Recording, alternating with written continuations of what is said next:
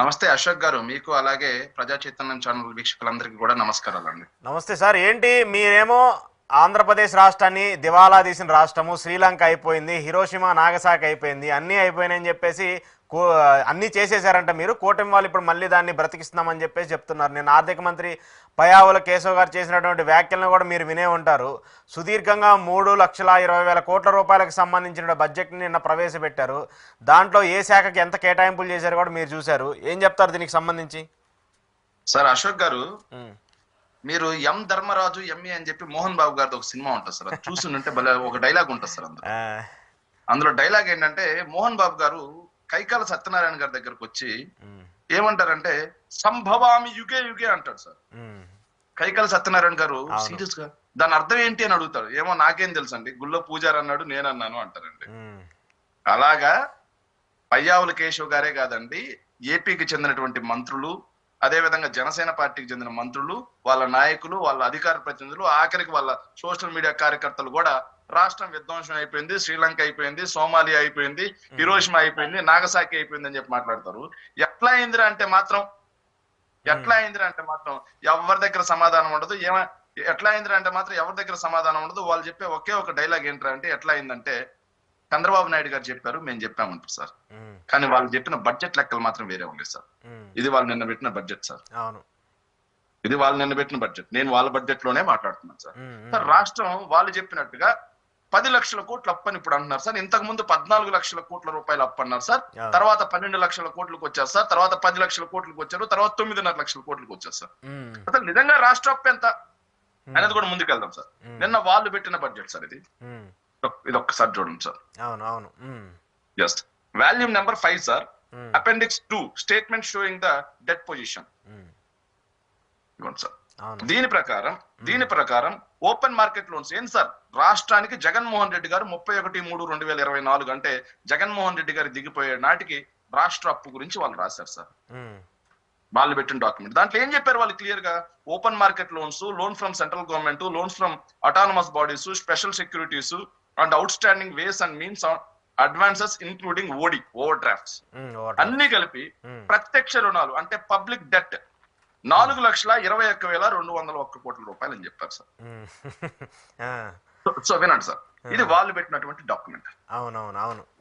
So దీనికి వచ్చే పక్కన పెట్టండి సార్. దీన్ని పక్కన పెట్టిన తర్వాత ఇంకా వాళ్ళు కార్పొరేషన్ లోన్స్ అంటున్నారు సార్. కార్పొరేషన్ లోన్స్ కూడా సార్, కార్పొరేషన్ లోన్స్ లో జగన్మోహన్ రెడ్డి గారి దిగిపోయే నాటికి కార్పొరేషన్ లోన్స్ కూడా ఎంత ఉన్నాయని చూసుకుంటే సార్, ఏదైతే గవర్నమెంట్ గ్యారంటీ లోన్స్ ఉంటాయి సార్, కార్పొరేషన్లకి గవర్నమెంట్ గ్యారంటీ ఇచ్చిన లోన్స్ ఎంత ఉన్నాయిరా అంటే 1,54,297 కోట్ల రూపాయలు ఉన్నాయి సార్. ఇక నాన్ గ్యారంటీడ్ కార్పొరేషన్ లోన్స్ ఉంటాయి sir. Non guaranteed corporation loans కూడా 63,783 కోట్ల రూపాయలు ఉన్నాయి సార్. ఇక డిస్కమ్లు ఏదైతే ఏపీ డిస్కమ్ల అప్పు 11,603 కోట్ల రూపాయలు సార్.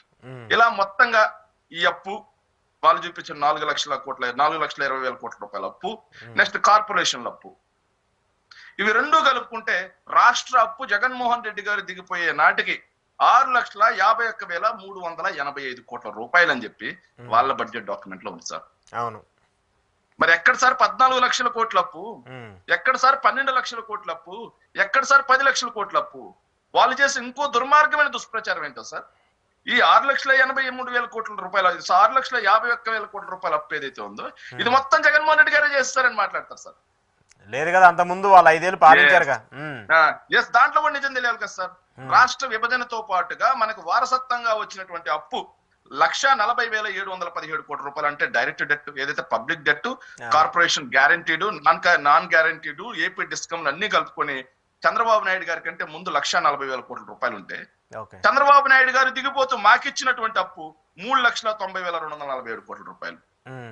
అంటే చంద్రబాబు నాయుడు గారు 5 ఏళ్లలో కోవిడ్ లాంటి పరిస్థితులు లేవు, అయినా సరే ఆయన చేసినటువంటి అప్పు 2,50,000 కోట్ల రూపాయలు.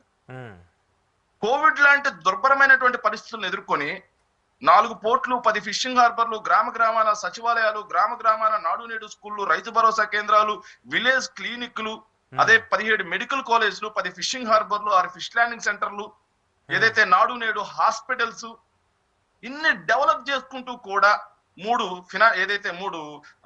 ఫినాన్షియల్ కారిడార్స్ ఉమ్, ఇవన్నీ డెవలప్ చేసుకుంటూ కూడా జగన్మోహన్ రెడ్డి గారు చేసిన అప్పు కేవలం 2,61,138 కోట్లు. ఓకే. మరి జగన్మోహన్ రెడ్డి గారు చేసింది 10 లక్షల కోట్లు అంటున్నారు కదా, దానికి మీ డాక్యుమెంట్ ఏది? మీరు ఇచ్చిన డాక్యుమెంటే ఇది, మీ బడ్జెట్ లెక్కలు, మీ కాగ్ లెక్కలు. మరి ఎందుకని చెప్పేసి దుష్ప్రచారం చేస్తున్నారు? ఇది రాష్ట్ర ప్రజలను తప్పుదో పట్టించడం కాదా? మీరు చేస్తున్న దుష్ప్రచారం వల్ల రాష్ట్రం అప్పులమయమైపోయింది, రాష్ట్రం అప్పులు కుప్పైపోయిందని చెప్పి మీరు చెప్పే దుష్ప్రచారం వల్ల పెట్టుబడిదారులు కూడా ఈ రోజు రాష్ట్రంలో పెట్టుబడి పెట్టడానికి భయపడతా ఉన్నారు. అమ్మో రాష్ట్రం దివాలా తీసిందంటే ఆ రాష్ట్రంలో పెట్టుబడి పెట్టాలి ఎందుకని? మీ రాజకీయ ప్రయోజనాల కోసం వైఎస్ఆర్ కాంగ్రెస్ పార్టీని, జగన్మోహన్ రెడ్డి గారిని బదనాం చేయడం కోసం మీరిచ్చే తప్పుడు స్టేట్మెంట్ల వల్ల ఈ రోజు రాష్ట్ర అభివృద్ధికి ఆటంకం కలుగుతుంది. ఓకే.